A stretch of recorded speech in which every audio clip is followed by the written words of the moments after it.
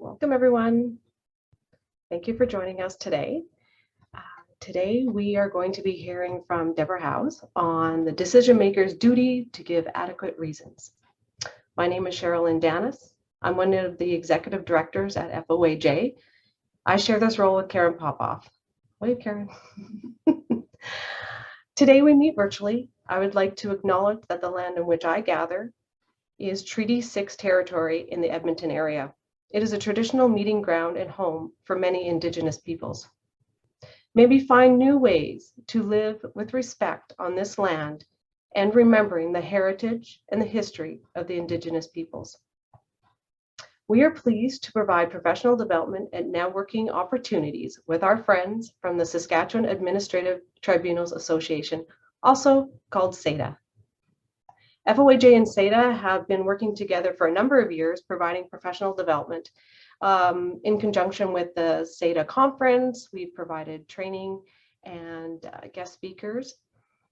I invite you to visit both Seda and FOAJ websites to ensure that you do not miss out on any of the upcoming events. A little bit about FOAJ, and I know most of you are our clients and members, and I welcome you and I thank you for joining us. But I'll just say that we are a training organization that trains professionals on decision making, investigators, advocates, and provide best practices in making evidence-based decisions, writing in plain language, and providing adequate reasons. Some of our upcoming courses include human rights and charter values for tribunals, effective hearings, investigations, and case management. And I must say, we do have our 2022 course calendar ready to go, so check your inbox or our website in the next couple of days. Most of our courses can be used towards continuing professional development credits, as well as our very own Certificate in Tribunal Administrative Justice program. I now welcome my friend Joanie, the president of Seda, to say a few words. Thank you, Sherilyn. As Sherilyn said, this is a webinar co-sponsored by Seda, and thank you very much to Sherilyn and to FOAJ for providing us with a speaker, Deborah House, on a very interesting topic on the decision maker's duty to give adequate reasons. And thank you very much. And I look forward to hearing this presentation. Thank you, Joanie. So just a little bit of housekeeping. You'll notice today that this presentation is being recorded, and in the next few days we'll be sending that recording out as well as posting it to our website, and we will be sharing the PowerPoints as well. I do ask that you add your comments, and I do see some people using the chat feature, so that's where we would like you to ask your questions, comments, where Deborah and myself can see what you're saying. And you will notice that if you can send it to everyone, so then all of us can see what you do have to say. We will be monitoring that during the presentation as it fits. So today we're here to see Deborah House. Deborah is the president of High Cloud Incorporated, which is a Canadian company providing seminars and dispute resolution services. Deborah is an active facilitator, arbitrator, mediator, investigator, and a trainer. Many of you will recognize Deborah as she's been probably teaching one of your courses. So welcome, Deborah, and over to you. Thank you, Sherilyn. Welcome, everyone, and I understand we have attendees from across the country. So for those of you in St. John, in Moncton, Yukon, et cetera, as well as Saskatchewan and Alberta, thanks very much for attending, and hopefully you'll get some value out of this short presentation. So I want to start by involving you in the discussion right away. So I'm going to launch a poll.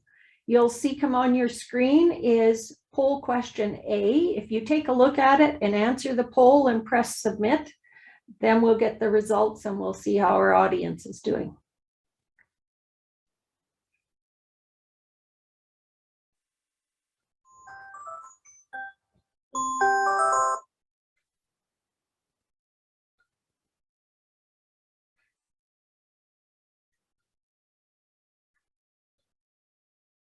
So we have about 85% of you in already. So I'll close the poll in just a minute.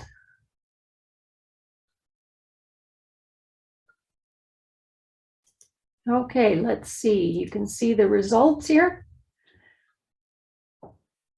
A majority of you, about 2/3 of you, have not had your decision ever reviewed by a court or an appeal tribunal. Some of you have, and so you've had firsthand experience in having someone else look at your reasons and perhaps comment on them. So let's go to the next question then. Here's question B for you. I'm confident I know what adequate reasons are and contain.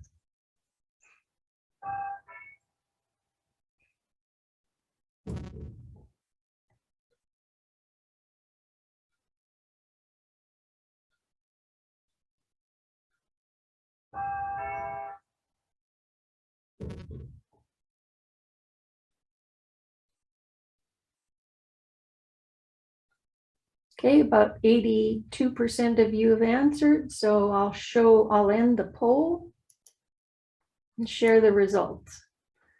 You can see that about 2/3 of you are somewhat confident that your decisions contain adequate reasons and that you know what they are and what adequate reasons are and contain. So that's great. Let's go to the next question. There's going to be 5 questions altogether. So this is our 3rd question.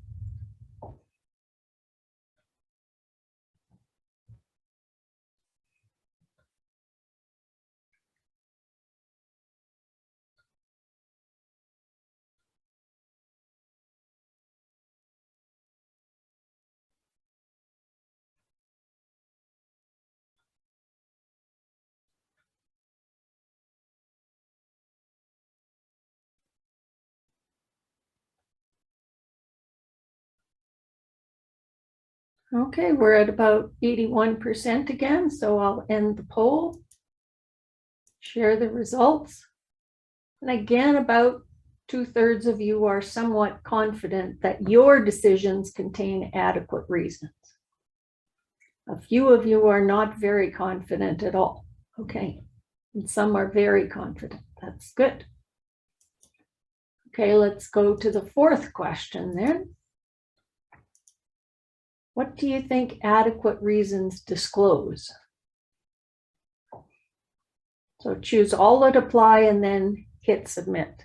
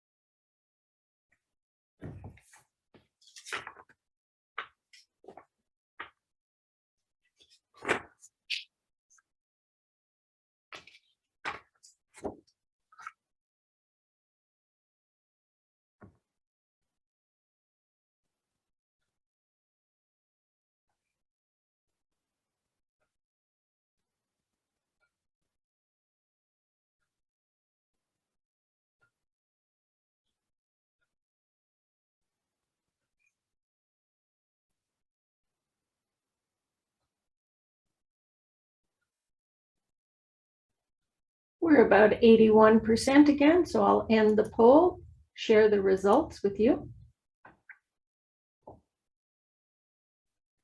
Some of you believe that all of the things are included, or a combination of all things are included. I'll just give you a little hint right now that based on the cases we're going to talk about, what adequate reasons should disclose is the second one, the why for the findings and conclusions. The 5th one, conclusions about credibility. The 6th one, the key issues. And that's it. Oh, and there's one more, a nod to legislation, which, yes, a nod to legislation. So not all of them, only some of them. All right. And let's go to the final question.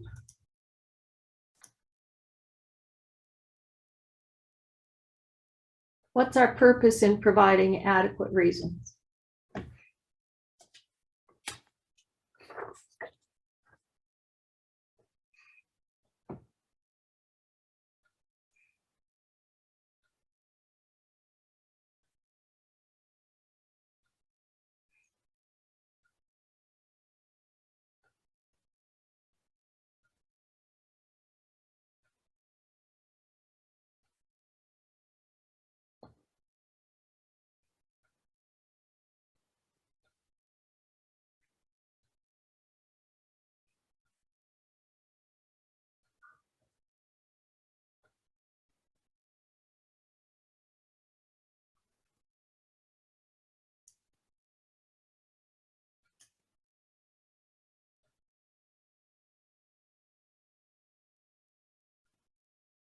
Okay, we're at about 84%, so I'll end the poll and share the results with you. There's 4 that stand out from most of your answers, and the case law would support those 4 to help a party understand the decision, to enable someone to determine if they wish to appeal or seek judicial review, to enable the courts or appellate body to critically examine our decisions, and to meet our obligation to provide a fair process. And in some ways, when we do this, we also show we provided a fair process. But adequate reasons can also show we did not provide a fair process. So it meets our obligation, but it may not always show what we want it to show. Okay. Great, let's move on then to the content of the presentation. So I'm going to share my screen. So really 3 areas we want to talk about today. How did we get to adequate reasons? And do adequate reasons apply in Saskatchewan? Because we're dealing with Seda, so that's where the focus was. And some tips on what to include, exclude, and style when we're writing. So let's launch into that. So when we think about reasons, they're the decision maker. When I say our, because I'm also a decision maker, our voice. We express why a particular decision outcome was reached by us, okay? And so our reasons are related to that outcome and explaining that outcome. And when we look at it, the absence of reasons gives or prompts the perception of arbitrariness on our part. And even some would say arrogance on our part. So think about it. I just tell you the outcome, but I don't tell you the reasons. I'm essentially saying, I'm the decision maker. This is my role. Trust me to do my role. Trust me, I'm the decision maker. And that's probably hard for most of us to just accept at face value. So we got to reasons through our duty to be fair, in summary, but it started even back in 1999, and some of it came out of criminal law cases and other cases that then rolled over into the civil law and administrative tribunal world.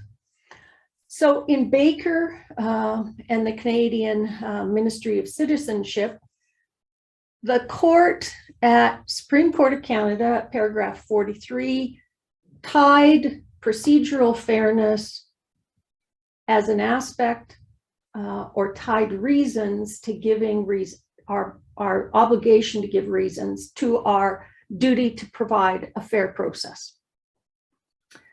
So this was really the formal start of now linking our obligation or creating a duty for decision makers, unless it was already stated in the statute. Some of us have had that obligation in our statutes for years and years and years. But if it wasn't stated in the statute, the courts are now saying it was there because of our duty to provide a fair process. And interestingly, over the years, we see more and more legislative amendment or new legislative provisions affecting tribunals that incorporate that duty to be fair right in the statute, and also incorporate our specific obligation, create now a statutory obligation for us to give written reasons, okay? So some of us would say now that this has become second nature to some of our tribunals. In 2002, the Supreme Court of Canada then expanded that and said, okay, it's not enough just to provide reasons, but you have to provide sufficient reasons for the purpose that we want the reasons. So out of that, we needed to know two things. What are the purposes? And then what's sufficient to meet that purpose? Okay, and here the purposes that the court talked about is for the parties to be able to understand the decision and also to provide a meaningful basis for review. We picked up on 4 of them, and really there's 2 that the courts have focused on, but I think it incorporates all 4 that we did in our poll. Now, in certain circumstances, we can look to see if our statute provides us an additional statutory obligation to provide reasons, and maybe even the extent of them. In other cases, we can check to see if the statute relieves us of the obligation to provide reasons or written reasons. And some do. That might be an exception to these general things we're talking about, but you have to be clear, your statute might relieve you of that. As well, some of the court cases within certain subject matters or around certain tribunals may provide parameters around reasons and what's required for reasons. So in your particular tribunal, if there happen to be those kinds of case law, then take a look at the cases, take a look at how they affect and vary from these general standards. I think of years ago, the Parole Board of Canada had a line of cases that took them on a slight variance from the general standard that we talk about here. So when we're looking at our purposes, keep in mind there's 4 we want to speak to, and always that becomes now a measure that we can use for our own reasons and our own decisions to say, should I release this decision at this point in time? Have I done enough? Have I met the standard? Have I spoken to these purposes? Will it be apparent in my decision? And keep in mind that then we are also saying, if I've spoken to the purpose, if I have provided something that the party should be able to figure out and understand the decision and make a decision on whether or not they wish to appeal, that there is something here that a reviewing judge or appellate body could examine to say, how did this decision maker get from here to there? What are the links? Why did they get there? Then have I done enough, or have I just created more gaps in how I've written it? And that can help us with the editing of our decision. So for example, I just want to spend a little more time on this. If the purpose is to help the parties understand and determine if they should appeal or seek challenge to the decision, one of the questions that we might ask, and is drawn from some of the case law, is, would the parties be able to understand what they should change next time? If they had the chance to repeat this case, what could they do differently that would change the outcome, that might help them? Rather than just saying they did a poor job. So have we got sufficient there? If we look at the court's purpose to enable meaningful appellate review, so think about, generally when someone is doing a review of our decision, a judge or an appellate body, that someone or someones are experienced decision makers. So they understand decision-making, they have legal knowledge, but they're not familiar with the case. So it's very important that we make the links to the evidence that's in front of us. So can the judge understand why the decision maker got to the outcome as explained by the decision maker in the reasons, versus the judge substituting their own decision-making skills into the case? So later on, the cases that I mentioned speak to, is the case justified on the reasons expressed by the decision maker, or is the decision maker trying to say the case could be justifiable by someone else who understands decision making? And we're trying to get, our reasons have to be sufficient to show that our decision was justified by us, not that somebody else with more experience could put the pieces together and say, oh yeah, I can see how they get there. So Vavilov, which is the next big case out of the Supreme Court of Canada, says the judge has to start with our reasons and examine them for the reasonableness, as opposed to saying what is possible. They have to look at what we actually communicated.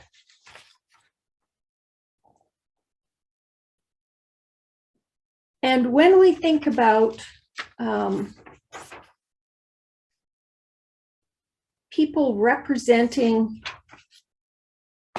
that we have to also be able to express in the fairness aspect that people have had their cases fairly considered by us, that their representations to us have been absorbed by us, have been considered. So that's more than just gathering it and restating it, okay, in a decision. So the right to be heard gives people the right to prepare, to present, and to rebut. That imposes an obligation on the decision maker now to listen, to read, to understand, consider. So to weigh and use, or to think carefully about what was presented before making the decision. So that's the aspect of fairness that we meet when we write reasons.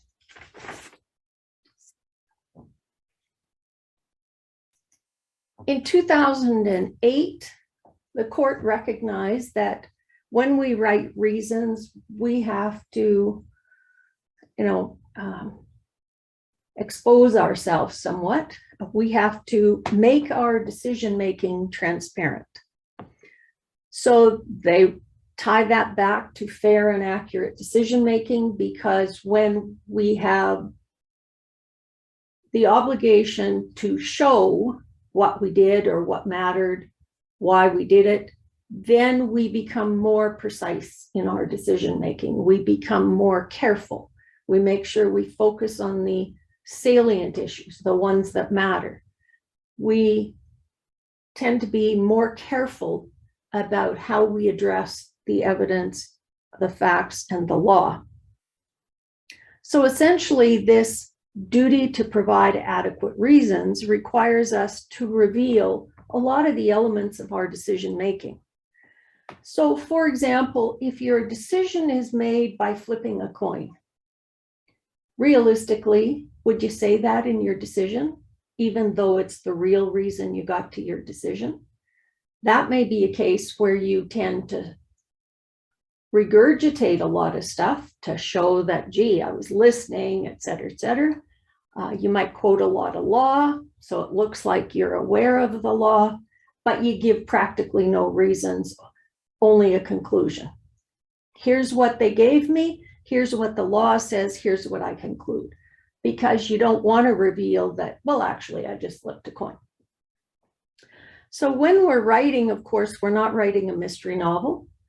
And we're not really writing a how-to manual either.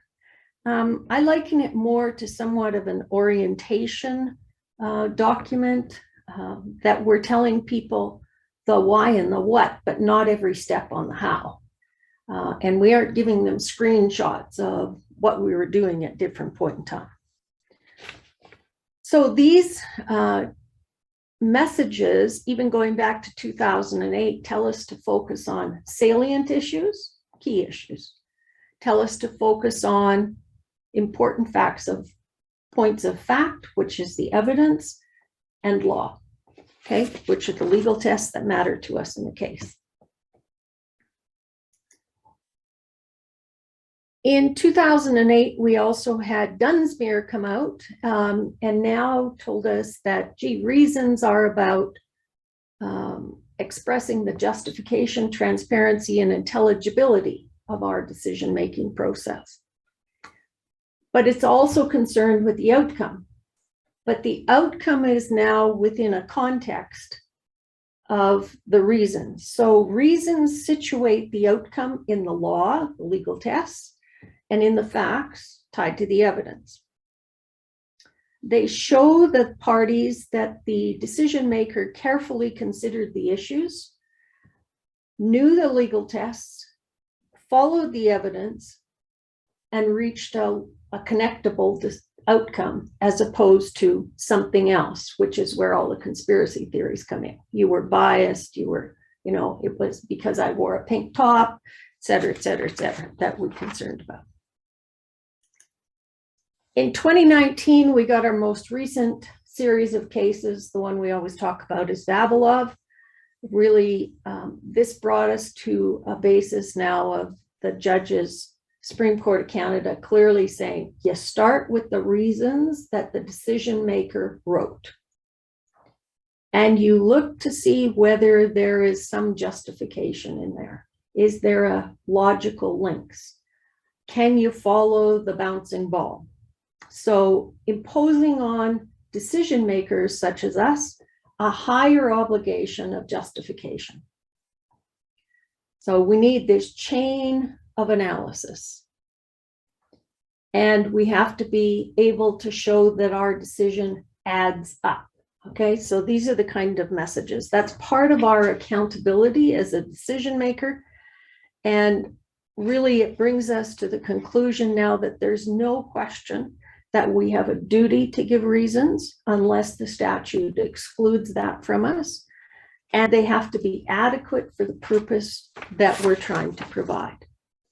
So when we think about adequate, obviously that varies case by case, not decision maker by decision maker, but within a range of cases within a subject matter. So adequate within the Labor Relations Board may be different than adequate in the Insurance Commission. It may be different than adequate for a Canadian Motor Vehicle Arbitration Plan arbitrator on a warranty on a car. It may be different from a labor arbitrator, may be different from a commercial arbitrator.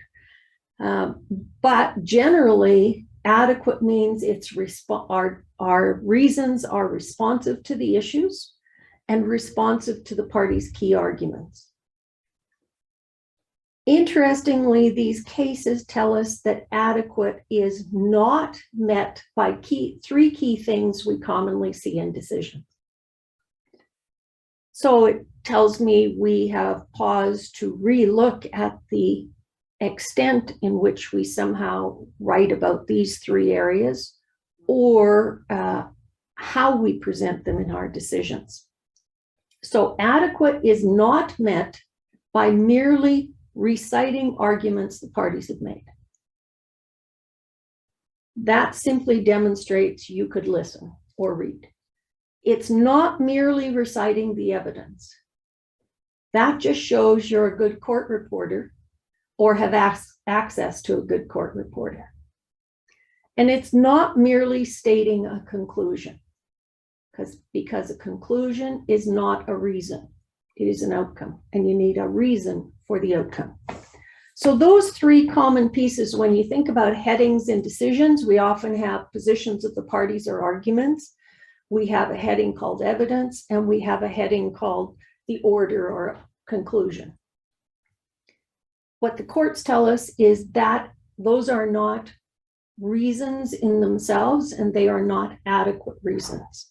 So we need to include things about what moved the decision maker, how the decision maker connected those pieces together, the logic and the foundation for our logic, okay? So next I'm going to move on to how these apply in Saskatchewan. So before we go there, Sherilyn, are there any questions on this part that we should address here?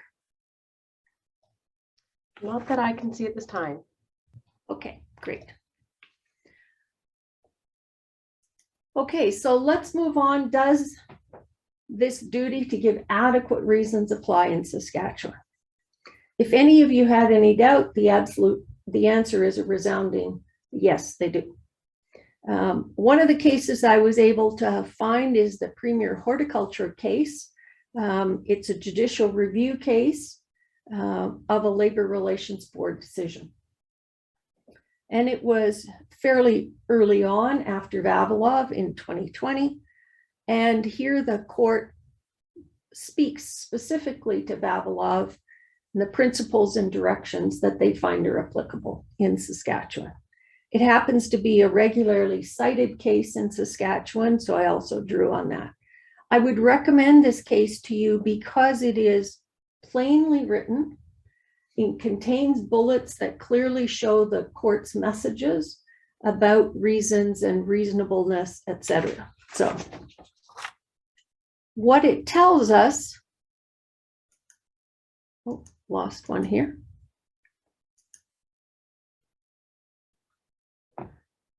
I think I lost a slide.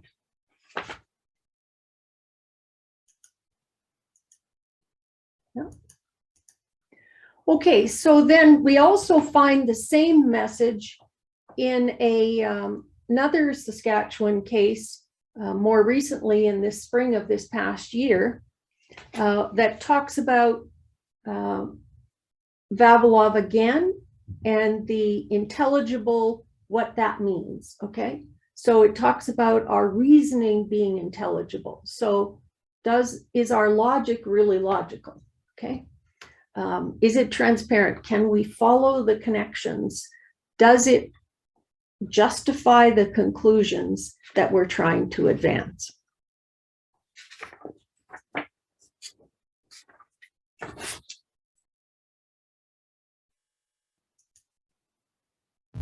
And sometimes when we apply the duty to provide adequate reasons, we end up with results that are not comfortable to us as decision makers. And the Strom case out of Saskatchewan from the Court of Appeal is an example. This was a case of a nurse who tried to use social media to criticize the care given to some people in a hospital in Saskatchewan. Here the court said, oh, well, we're actually looking at the reasons they gave, and we find that the reasons are one-dimensional. The analysis is one-dimensional. They didn't do enough. So we found a flaw. When you make your decision-making transparent, sometimes you reveal a flaw in your decision-making. So when we apply Vavilov and we apply the need for adequate reasons, we risk these kinds of comments. So what we learned from that is that the reasons were adequate or sufficient to disclose the flaw in the decision-making, but it didn't meet the test of being a good decision all the way around. So when we see this talking about discretion, when we're exercising discretion, adequate reasons need to disclose the range of our discretion, the awareness of it, the extent of our inquiry, how we got to the final choice we did, rather than just saying there was only one choice and we're defending that choice. A similar result came about in the town of Waka case because the court there found that the arbitrator had not made an intelligible link to the facts and the law in that case. Okay. So when I read these cases, I thought, so how do I do that as a decision maker? How do I try and write to make sure I have adequate reasons? And when I write about discretion or credibility in particular, I try and use a layered approach. So first I write the reasons that I guess I think are enough that I initially would put down on paper. And then I sit back and I examine them with a question in mind. If I said this orally to one of the parties, what are the questions they would ask them? So that to me would reveal the gaps in their understanding. So once I figure that out, then I try and answer those questions and I amend my reasons to broaden a little bit more, to add a little more. Then I look one more time at those reasons and I ask myself the question, now, if a judge were looking at this, who didn't know anything about this case, but knows decision-making in the law, what would they ask? Where would they have questions that they didn't understand or didn't see links? And I would try and answer those questions by, again, amending my reasons. So that's one of the ways that I have found to try and help myself meet the test of adequate reasons, particularly in complex cases involving discretion and credibility findings. One of the other cases that I found in Saskatchewan that is, it's not noted in the materials, is the Teamsters Canadian Rail Conference and the Canadian National Railway Company. It again comes from April of this year. It came out of the Saskatchewan Court of Appeal. The citation is 2021 SKCA 62. And at paragraph 43, this case was dealing with an arbitrator's award, a labor arbitrator's award again. And the Court of Appeal reinstated the arbitrator's award, which the lower court had quashed. Here, the court at paragraph 43 focused on the internally coherent and rational chain of analysis expressed by the arbitrator. They found that the arbitrator had justified their analysis in relation to the facts and the law that constrained that decision maker. And at paragraph 44, they justified Vavilov and applied again that the decision outcome must be justified by the reasons, not be justifiable by other work of the reviewing body.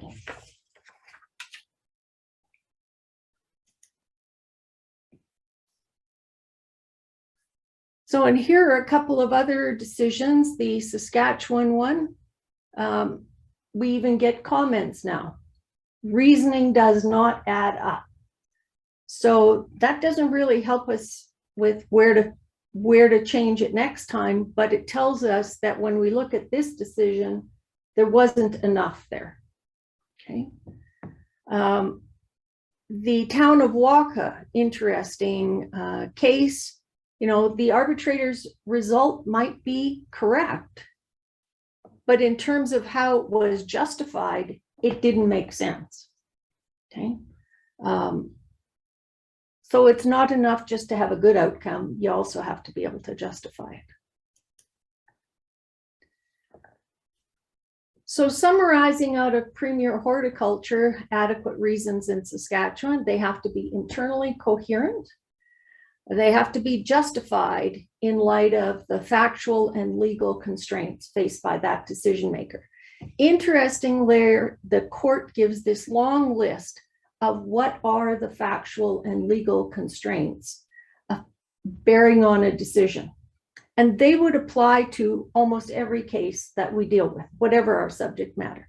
So it's an interesting case to look at. So if we have no reasons or conclusory reasons, so we just say, you know, I've considered all the evidence and the arguments, and this is my conclusion. what we do is we focus we shift the focus to the outcome of our decision, which also has to be reasonable, but it's more likely to result in quashing of our decision because the court now has to do too much work to try and justify or see our justification present in something else. Okay. So the tips that come out of these cases are really try to say something about why. Okay. Always say something. Alternatively, hope for a really fulsome record and a judge who is prepared to dig into that record sufficiently to make the connections if they're that obvious.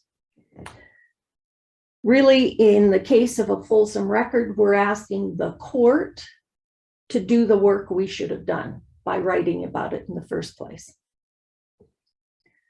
So even if we, for example, if the parties have given a really strong presentation about how they make the connections and why they get to the position they get to, just repeating that isn't enough to give us reasons if we reach the same outcome. It's not an automatic to say, or for someone to read our decision and say, well, just because party A said that and we got to the same outcome, that must mean that the decision maker adopted party A's rationale. We have to somehow say that ourselves. So I would think at a minimum, you would have to say, party A says the following rationale, and I adopt that. Okay. I think of the work that I do sometimes when dealing with expert opinions. And there are times when I say, I like how the expert got to their conclusion and I adopt that conclusion. Okay. So I think at a minimum, you'd have to do that to show the link between that rationale that perhaps persuaded you and the outcome that was the same. So that's making sure we look at the justified approach as opposed to the justifiable approach. So Sherilyn, before we move on to tips on what to include, et cetera, are there any questions at this point in time? Yes, we just got one in from Lisa. Okay. Are you able to see it, Deborah, or do you want me to read it out to you? Why don't you go ahead and read it out? Okay, if the complaint is straightforward and a piece of written evidence is compelling proof of the complaint, for example, a privacy confidential breach, what would the reason section contain?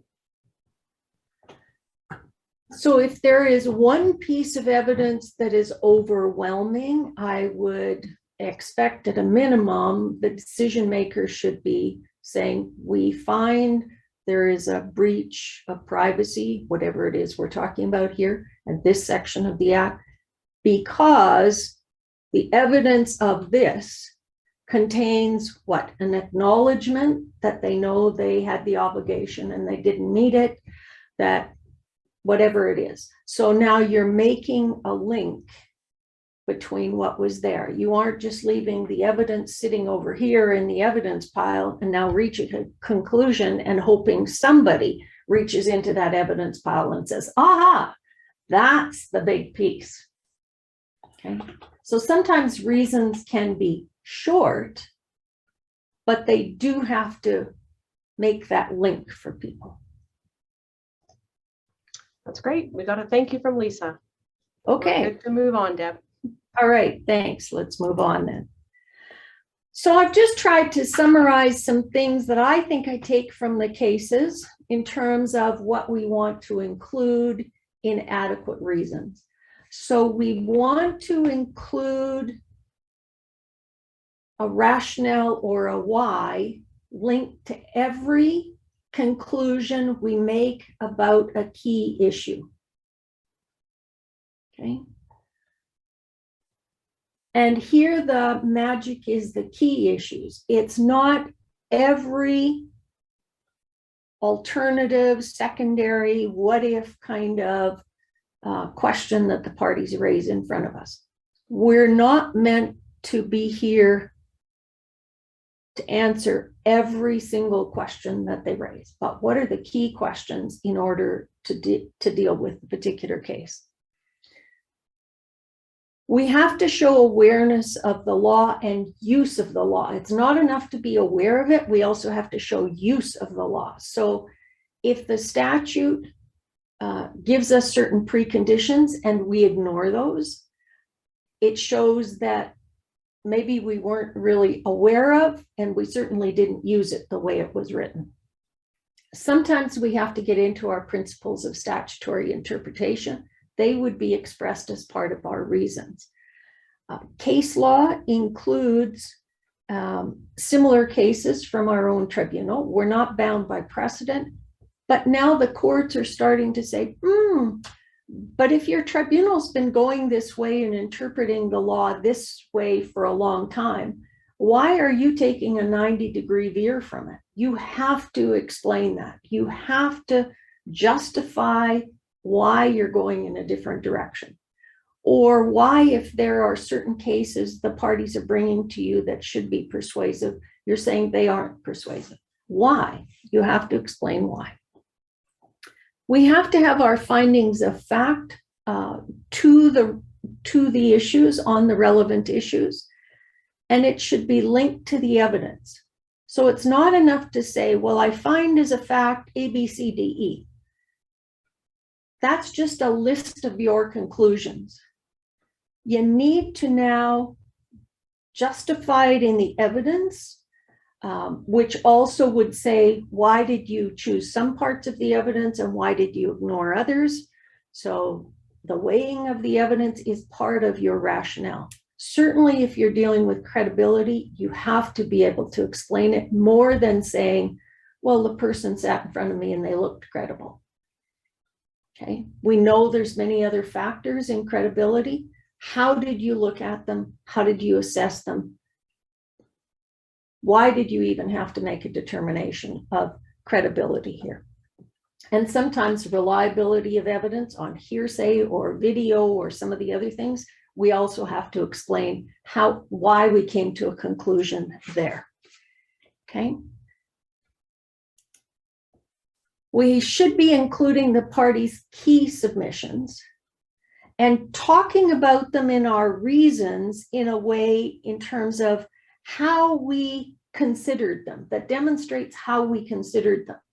It's not enough to say we heard them. How did we consider that reason or that submission the parties gave us, that argument? How did we internalize it? How did we adopt it? What persuaded us about it? What did we not like about it, and distinguish it? Okay. So the what, the why, and the what related to the why. So it's not just all the what, and it's less about the how, it's the why and the things that are necessary to make the why understandable. Obviously, we need the decision, which is the outcome, and we need some sort of chain of reasoning. Wherever we have these gaps, it's like I always say in classes, we're standing on the north side of the Grand Canyon and we're looking to the south side, and we say to someone, I'll meet you on the other side because that's where my answer is. But they have no idea how you got there or why you got there. You know, I found it better to take a donkey through the bottom than to try and fly across the top because I'm afraid of flying. You know, we need some sort of connectors to help people through.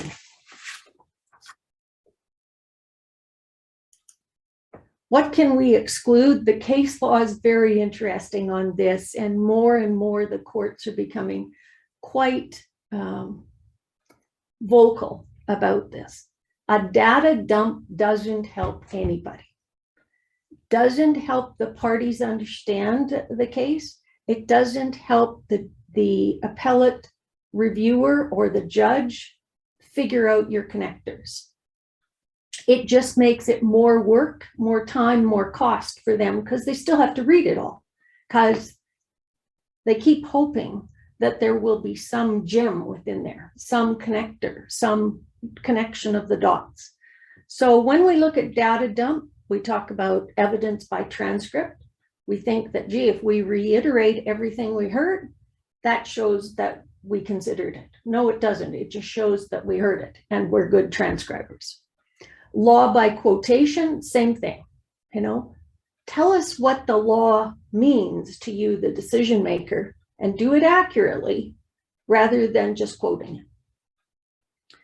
And try and eliminate any unnecessary information that repeats the record. We don't need 2 paragraphs, 10 paragraphs, 2 pages, 5 pages about how the case got to us and all the steps and all the timelines. Unless we're dealing with a procedural matter that evidence or information is relevant to, why do we need to include it? Because the parties have been through, they know it. An appellate judge on review will be able to look at the record.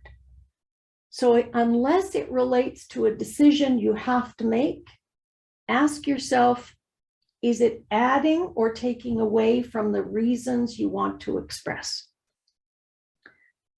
And reasons that don't address the evidence or arguments raised by the parties, or the key evidence or arguments raised by the parties, can also demonstrate that we got caught chasing rabbits, as I often say, that we were diverted somewhere else. So a party might raise, an argument just off of the cuff at a hearing, and we spend 3 pages dealing with it in the decision because they raised it at the hearing. Do we really need to? How critical was that argument to the decision we are ultimately making? Or are we just being diverted? Okay. And we don't need to show the how of decision making. So as much as FOAJ teaches a decision making map, we don't have to show the map in our reasons. How we express our reasons will show those connectors in how we talk about it. It'll reveal in some ways the how without us focusing on describing the how we made a decision.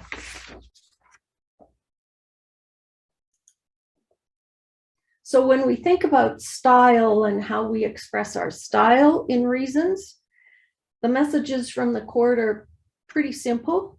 Decant and simplify. So don't regurgitate. Find your own words to express it. Show what you understood and what you used, because that's what matters. Say it plainly. Use your own voice. Trying to write with someone else's voice becomes very difficult, and it becomes harder for us to write reasons that way. Try and say it in your own voice. So if you could, I always say, if you can talk it, you can write it. Then you may need to pretty it up a little bit, but the essence of it should be your voice. And the courts have been pretty clear that our expression need not be perfect. They have an obligation to look at our reasons, what we put on paper, and to start there, rather than try and substitute their own or compare it to what another decision maker might have done.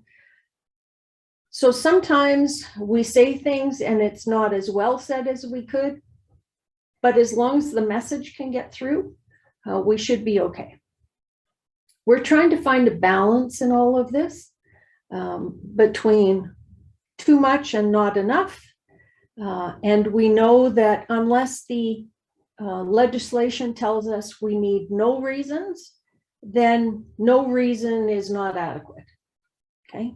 And the rest of it's going to be on a scale in terms of the subject matter, the complexity of the case, the nature of the tribunal, the statute. How much is sufficient or adequate to meet the purpose that those reasons are given for? Okay. And that's always the test that we're going to be looking at. So Sherilyn, and any questions at this point in time? We'll open it up for all kinds of questions now. Okay, yes, we do have one. When you're doing a consent arbitration award following a mediation where the parties agreed on everything and confirmed same on the record in the arbitration, how much detail do you include in the reasons? I really like those because I have a pretty standard format I use in those, because I always say, based on the consent of the parties and their agreement to the content, I make the following orders. And that's my reason right there. My reason is because the parties agreed to it and they chose the outcome.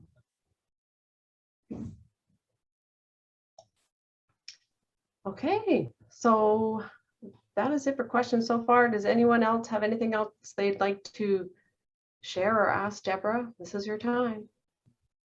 Well, I see one in the question and answer. Should you mix your facts and analysis when you're writing your decisions? That's a great question, Joanie. And there's really two styles that writers use in writing. One, they put all of the facts separate, and then they have another piece where they do the analysis and bring it together.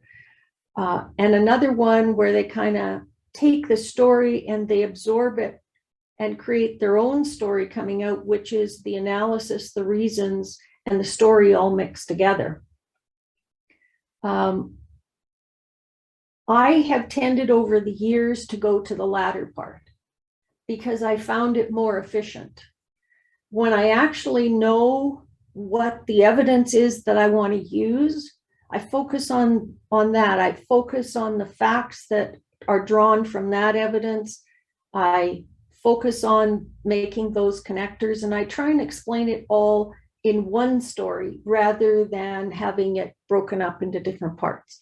I think it's easier for the reader to follow rather than these different segments. We put them in a decision to try and say, okay, now here's the law, hang on to that.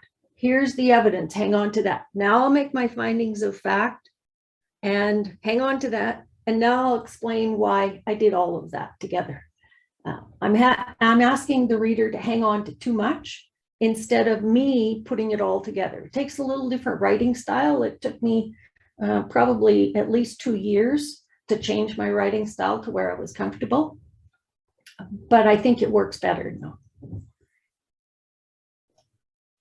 Okay, Deb, I welcome you to look at the chat. There's some really great comments coming in, the canyon analogy.